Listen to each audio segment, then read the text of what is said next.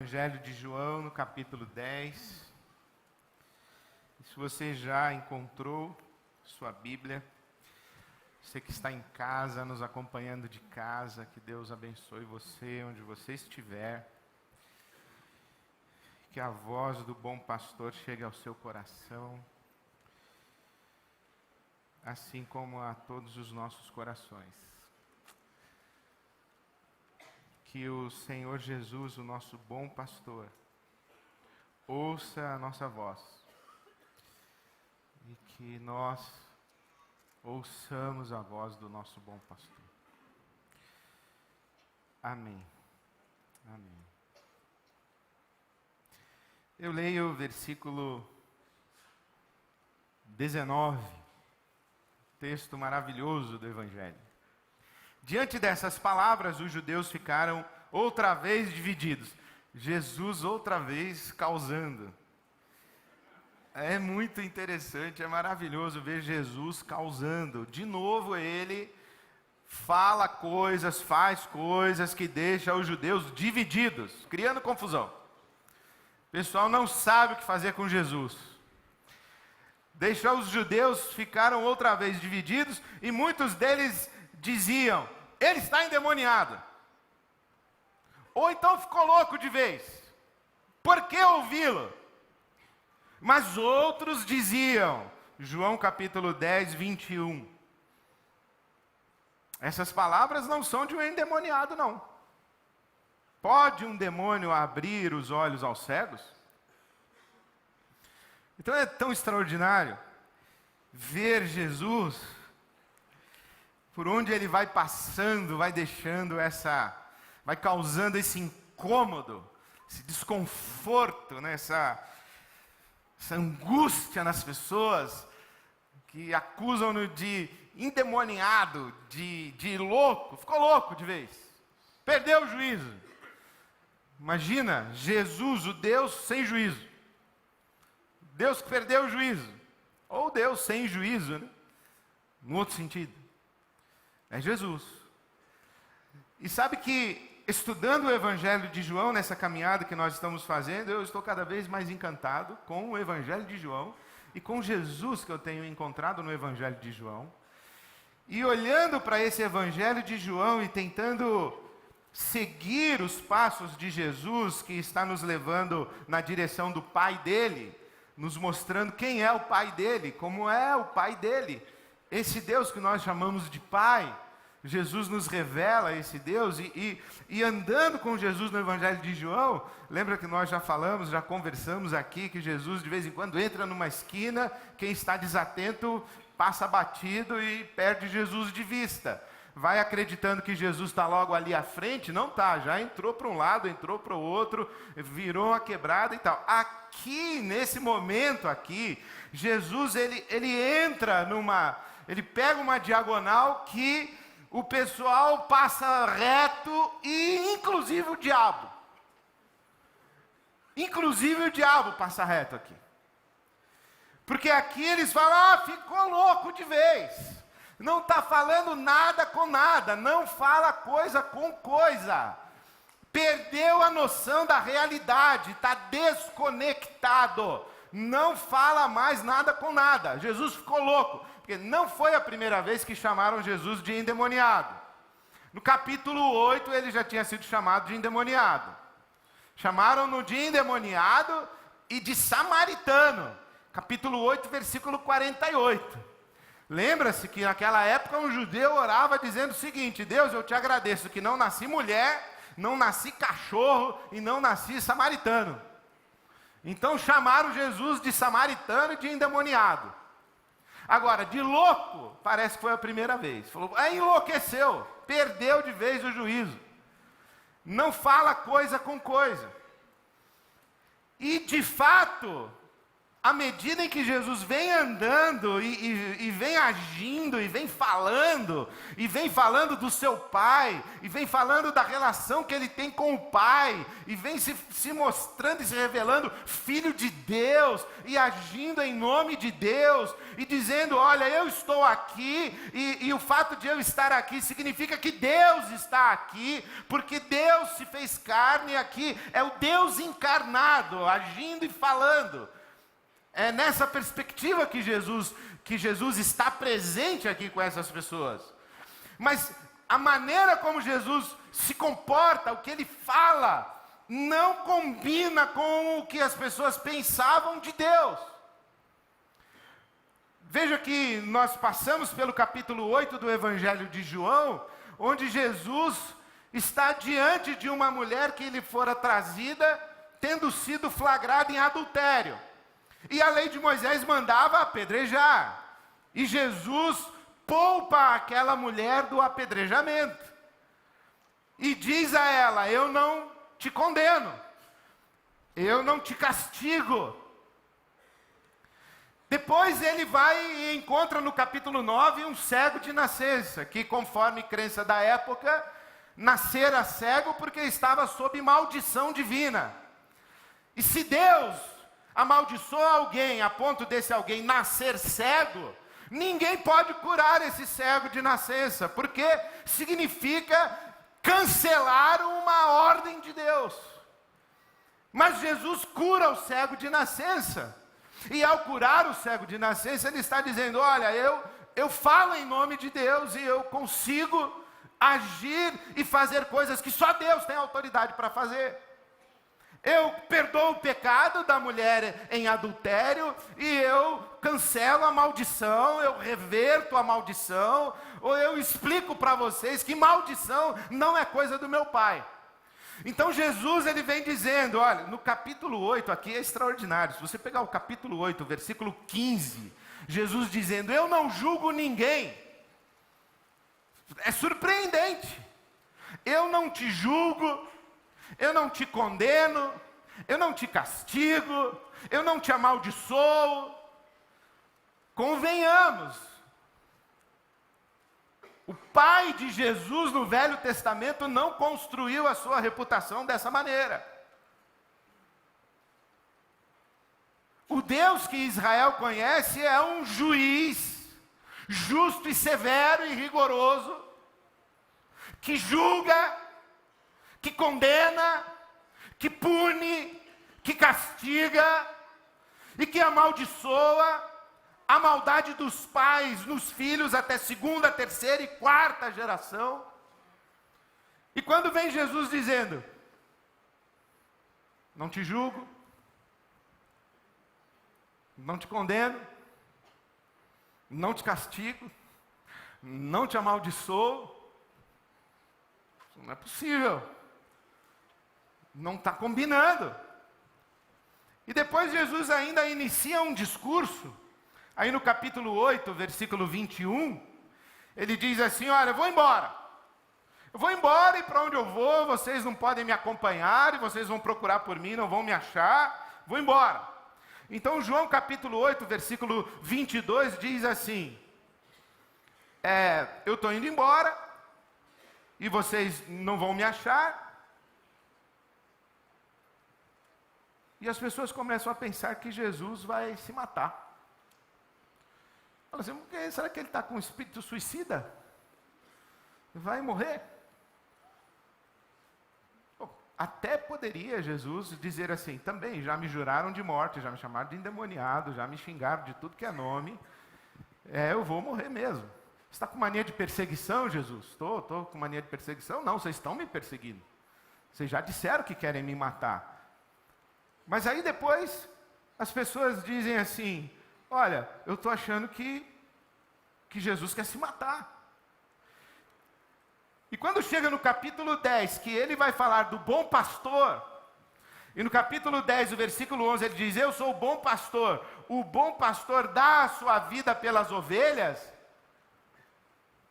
e ele está fazendo uma comparação com a religião de Israel, está fazendo também uma alusão ao poder político romano, e ele diz assim: olha, eu sou o bom pastor, e o bom pastor dá a sua vida pelas ovelhas.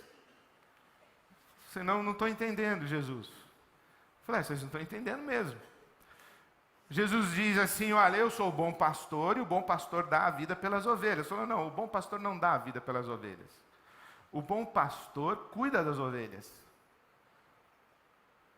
Jesus diz assim no capítulo 10, versículo 11, eu dou a vida pelas ovelhas. Agora, o mercenário, o assalariado, aquele que não é pastor, a quem as ovelhas pertencem, quando vem o lobo, ele abandona as ovelhas e foge.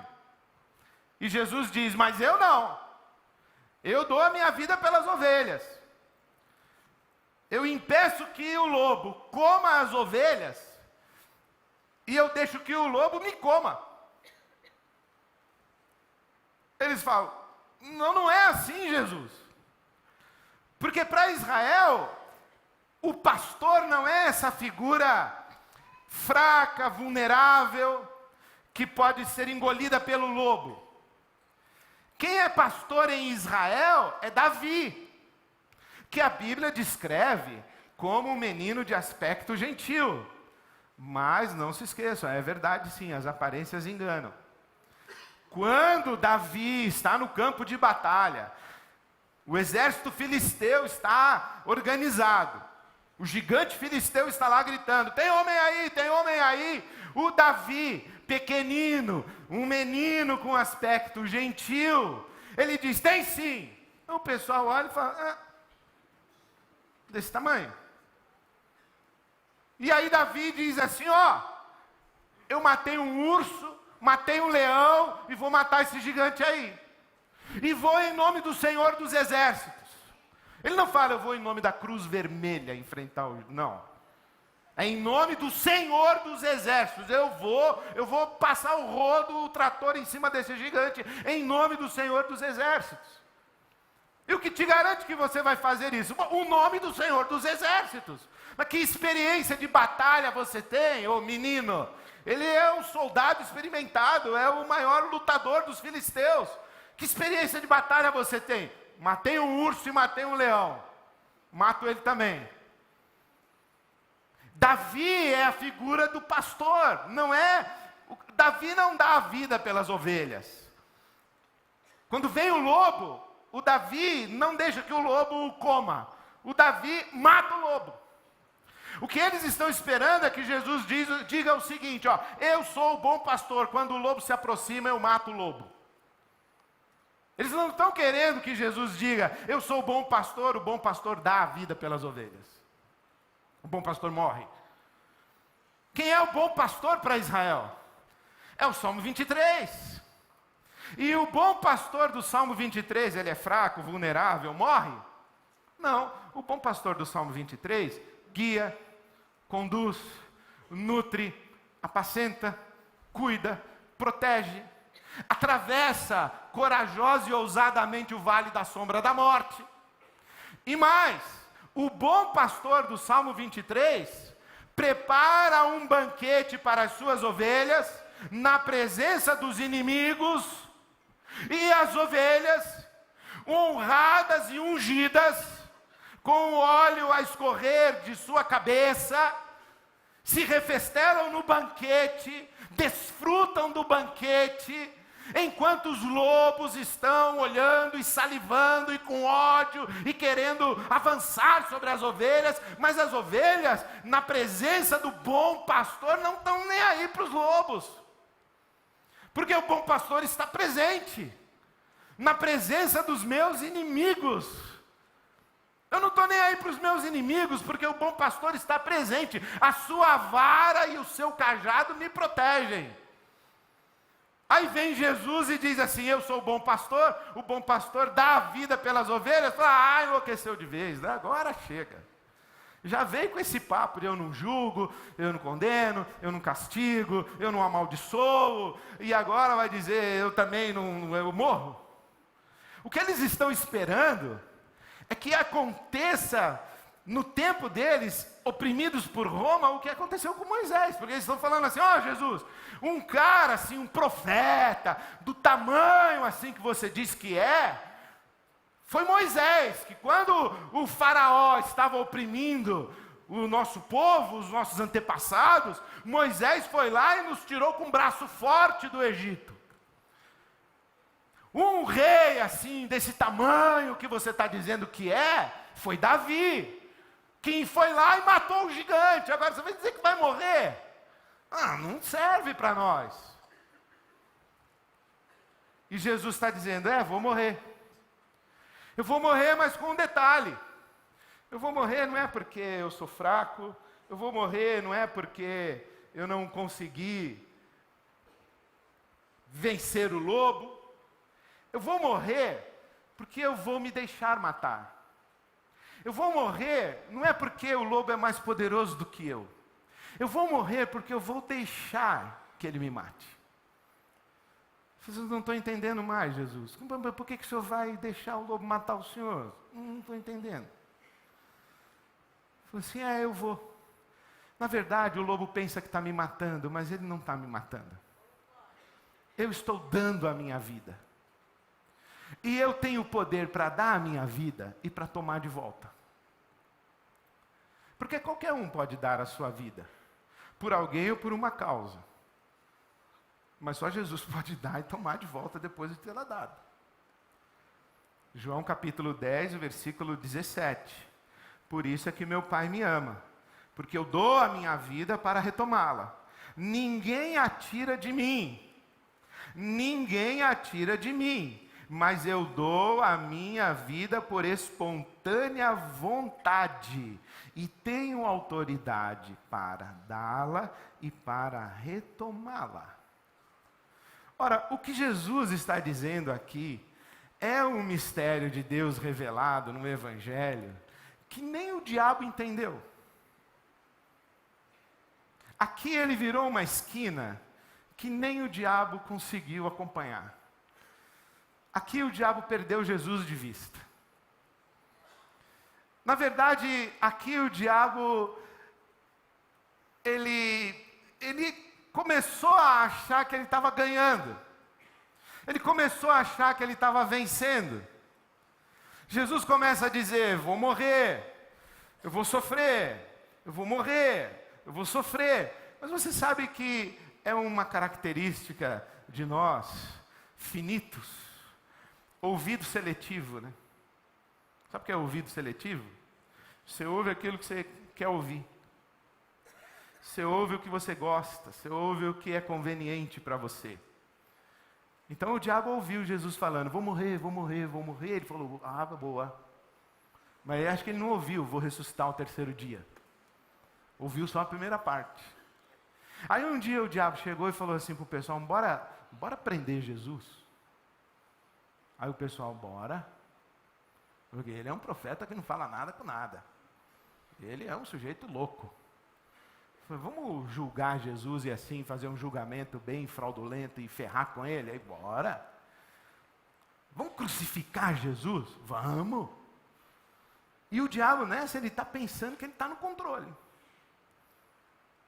Só que o que acontece é que no momento exato em que Jesus morre, e que o inferno faz a sua festa, é que se ouve pronunciar lá de dentro da morte, a palavra vitoriosa de Jesus dizendo, eu venci, e expus você lá na cruz, porque eu era inocente, eu era o justo, eu morri sem pecado, e você, morte, não consegue segurar a minha vida. E você, diabo, não tem poder sobre a minha vida. Eu venci. Em outras palavras, tecla SAP, perdeu, Playboy. Perdeu. É essa hora que Jesus diz, perdeu. Porque o que está aqui acontecendo é que nem os circunstantes de Jesus e nem os poderes espirituais da maldade talvez tenham se dado conta. Os circunstantes com absoluta certeza. Nós não estamos entendendo nada, Jesus está louco. Aí Jesus diz assim, vocês não estão entendendo nada, mas não sou eu que estou louco não, são vocês. É que vocês são tudo filho do diabo. Imagina você estar seguindo um cara que diz que você é filho do diabo. E ele está dizendo, eu não te julgo, eu não te condeno, eu não te amaldiçoo, eu não te castigo, mas você é um filho do diabo. Como pode um negócio desse? Aí você vai para o capítulo 8 do Evangelho de João, você vai ver. Sabe por que vocês não estão me entendendo? Jesus está dizendo, porque vocês ouvem a voz do Pai de vocês. Capítulo 8, versículo 38. Vocês ouvem a voz do Pai de vocês. Capítulo 8, versículo 41. Vocês estão fazendo aquilo que o Pai de vocês quer que vocês façam. Vocês pensam que vocês estão fazendo o que vocês querem fazer, mas vocês estão fazendo aquilo que o Pai de vocês quer que vocês façam. João capítulo 8, versículo 44. Vocês, na verdade, pertencem ao pai de vocês, que é o diabo. Acho que Jesus não precisava de dízimo. Se ele precisasse, ele não ia falar essas coisas. Ele ia dar uma maneirada no discurso, mas ele não estava nem aí para isso. Então ele diz que é todo mundo filho do diabo. E como é que começa essa conversa? Porque Jesus diz assim, vocês vão conhecer a verdade e a verdade vai libertar vocês. Aí os caras dizem assim, nós não somos escravos de nada e de ninguém para a gente ser liberto. Aí Jesus diz, vocês são sim. Vocês são escravos do diabo. Vocês estão presos à vontade do diabo. Vocês só escutam a voz do diabo. O que está sendo revelado no Evangelho é que Jesus não vem para afrontar César, Roma, não veio como veio Moisés para promover a libertação do Egito e destruir Faraó. O que Jesus está dizendo é o seguinte, vocês acham que eu vim aqui para brigar e disputar poder com César? Eu não vim aqui disputar com Roma, eu vim aqui para disputar e destronar o poder do mal. Eu vim aqui para destruir as obras do diabo. É isso que está em 1 de João 3,8. Para isso se manifestou o Filho do Homem, para desfazer as obras do diabo. Ele está dizendo, olhe, Moisés libertou vocês lá do Egito, e vocês morreram no deserto. E quem não morreu no deserto, morreu na terra prometida, lá em Canaã. Moisés deu para vocês o maná no deserto, e vocês comeram do pão que caiu do céu, mas depois morreram. Eu não estou nessa disputa, eu não sou do tamanho de Moisés, eu não sou do tamanho de Davi, e eu não estou disputando se eu sou maior do que César ou do que Faraó. Eu vim aqui para destruir a morte e o poder da morte. Eu vim aqui para destruir a serpente, eu vim aqui para destruir o diabo, eu vim aqui para destruir o mal. Eu vim aqui para trazer o reino do meu Pai, que não é deste mundo. O reino do meu Pai não é deste mundo, o meu reino não é deste mundo. Eu vim enfrentar aquele que age por trás do César, por trás de Roma, por trás do Faraó, por trás do Nabucodonosor. Eu vim destruir o mal, o poder da morte. Como é que começa o decálogo na lei de Moisés? Eu sou o Senhor teu Deus que te tirou da terra do Egito. Não tenha outro Deus além de mim. Porque eu venci o Faraó e te libertei da terra do Egito. Esse é o Deus que fala através de Moisés com o povo de Israel. Mas através de Jesus, quem é o Deus que fala? Eu te libertei do lobo, que é Roma, que é César? Não! Eu te libertei da morte, do diabo, do poder das trevas.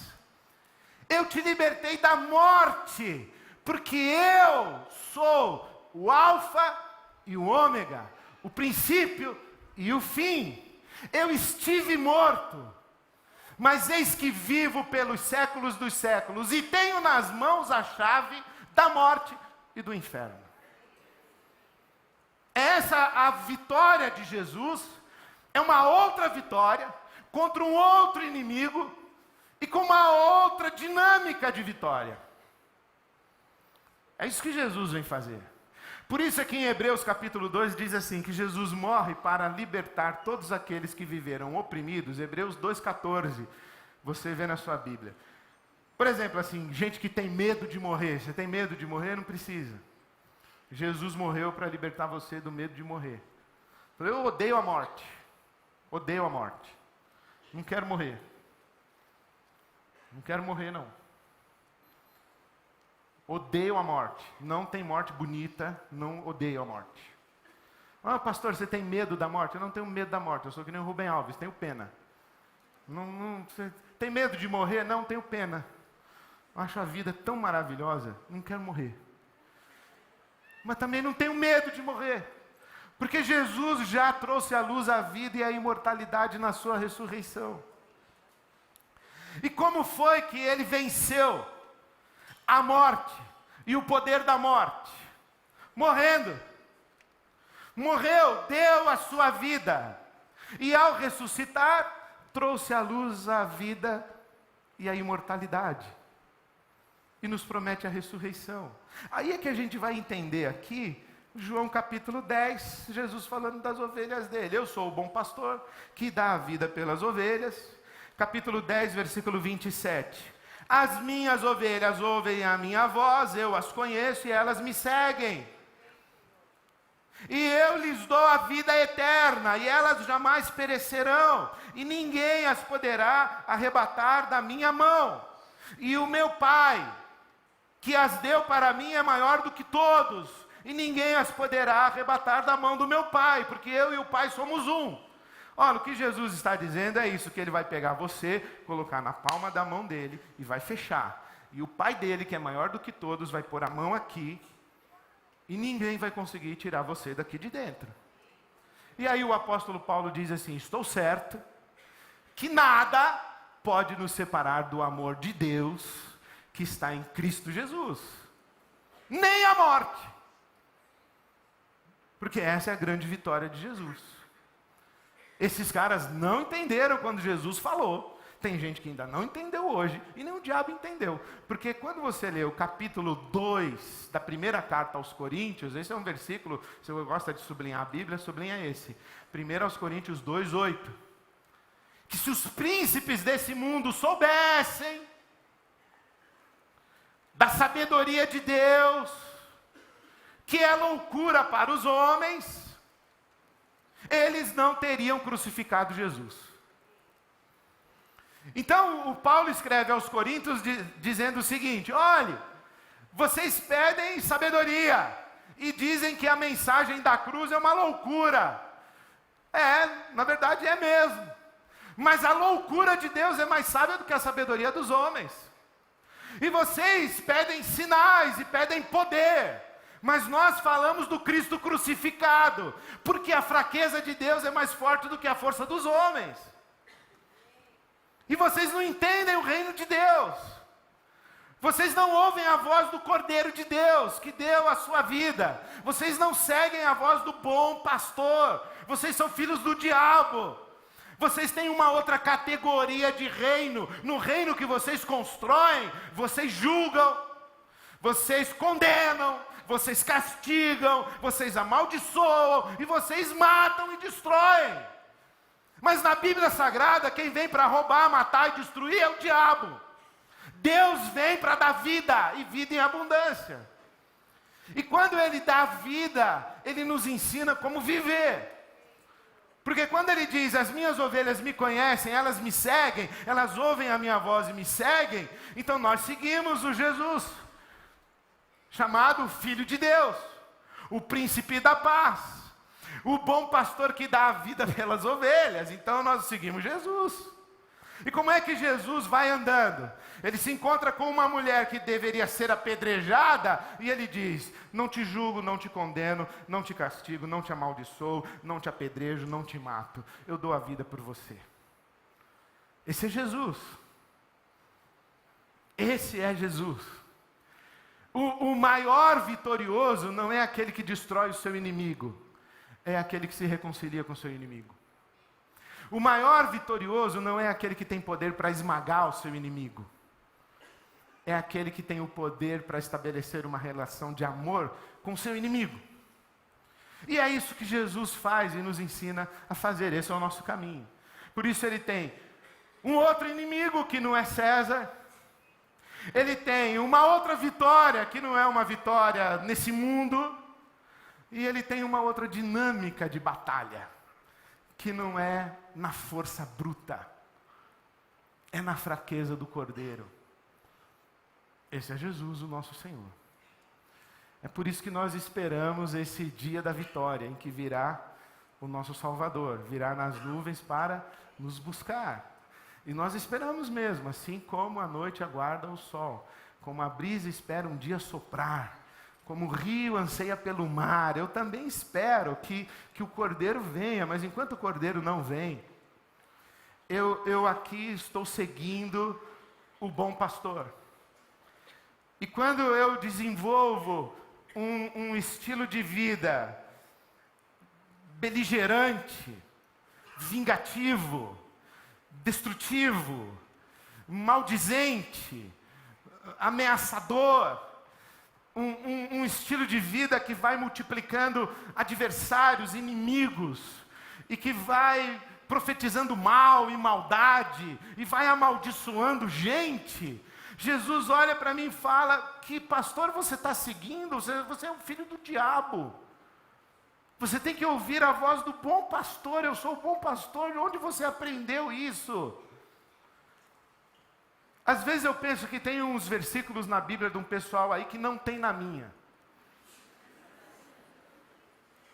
Porque na minha Bíblia aconteceu o seguinte, olha, quando a mulher estava ajoelhada e Jesus colocou essa mulher de pé e disse: eu não te condeno, eu não te castigo, vá em paz e aproveite essa oportunidade de vida, abandone essa vida de pecado que você está vivendo, aproveite essa oportunidade que Deus está te dando de vida.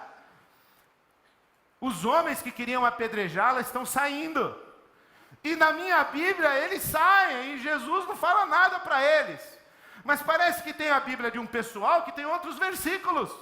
Como se Jesus tivesse dito assim: ô, pessoal da pedra aí, pode voltar. Vocês aí, porque agora eu vou apedrejar todo mundo. Não. A palavra de Jesus: eu não te julgo, eu não te condeno, eu não te castigo, eu não te amaldiçoo, eu não te destruo, eu dou vida. É para a mulher, mas é também para os apedrejadores dela, porque os apedrejadores dela também eram filhos do diabo. Também eram escravos de uma voz maldita, que rouba, mata e destrói. Para eles também. E essa é a grande vitória de Jesus. Qual é o grande mal que o mal faz contra nós? Nos apedrejar? O grande mal que o malvado faz contra mim é me tornar igual a ele, malvado. E essa é a vitória de Jesus. Ele morre, e quando ele chega lá na morte, e a Bíblia diz que ele vai aos espíritos em prisão. Quando ele chega lá na morte, ele diz assim: perdeu. E perdeu, sabe por quê? Porque você não conseguiu me fazer igual a você. Você conseguiu fazer com que Adão ficasse igual a você. Você conseguiu fazer com que aquele pessoal que me julgou em Jerusalém ficasse igual a você. Você conseguiu fazer com que aquela multidão que gritou Barrabás, Barrabás, Barrabás e me crucificou, ficasse igual a você. Você conseguiu fazer com que um monte de gente em Jerusalém vivesse com pedra na mão para apedrejar os outros. Você conseguiu, mas a mim você não conseguiu. Porque eu sou o príncipe da paz. O meu Pai é amor. E o reino que eu construí é um reino de amor. E essa é a grande vitória de Jesus. Então quem somos nós? Nós somos o pessoal que ouviu Jesus dizendo: Ed, eu não te julgo. E se ele quisesse me julgar, ele teria muito para julgar. Eu não te condeno. A minha consciência já me condena, mas Jesus não me condena. Eu não te castigo. Eu te perdoo. Eu te amo. Eu não te amaldiçoo, eu te abençoo. Sabe o que eu faço com você, Ed? Assim como os seus pecados, assim como o Oriente está longe do Ocidente, eu afasto o seu pecado de você. Eu pego o seu pecado e coloco lá no Ocidente. e vou lá para o Oriente. E eu não trato você conforme os seus pecados. Eu trato você com bondade, com amor, com misericórdia. Ouve a minha voz, o bom pastor está dizendo para mim. E eu digo, sim, Senhor, eu ouço a sua voz. Aí o bom pastor diz assim, então, volta para Jerusalém. Mas pelo amor de Deus, não apedreje ninguém. Pelo amor de Deus, não julgue ninguém. Pelo amor de Deus, não condene ninguém, não castigue ninguém. Ofereça a destra da comunhão. Vá para Jerusalém como embaixador de Deus, que clama a todos os homens que se reconciliem uns com os outros e que se reconciliem com Deus. Porque eu, o bom pastor, já dei a vida pelas ovelhas, venci a morte, estou vivo pelos séculos dos séculos e posso libertar todo mundo e construir um reino de amor. Que Deus nos leve embora, sem culpa, sem medo. Que Deus nos leve embora com a coragem de enfrentar os nossos lobos, não para destruí-los, mas para amá-los. Que Deus nos leve embora daqui, não para pagar o mal com o mal, mas para vencer o mal com o bem. Que Deus nos leve embora daqui, para oferecer a outra face a quem bateu de um lado, a gente oferece o outro. Que Deus nos leve embora daqui com a disposição de perdoar. 1, 2, 3, até 7, não, até 70 vezes 7. Que Deus nos leve embora daqui como ovelhas do nosso bom pastor, que dá a sua vida pelas suas ovelhas, que deu a sua vida por nós e nos ensina a viver, ouvindo a sua voz e seguindo os seus passos. Que Deus nos abençoe, amém. Vamos cantar o dia da vitória pelos novos anos.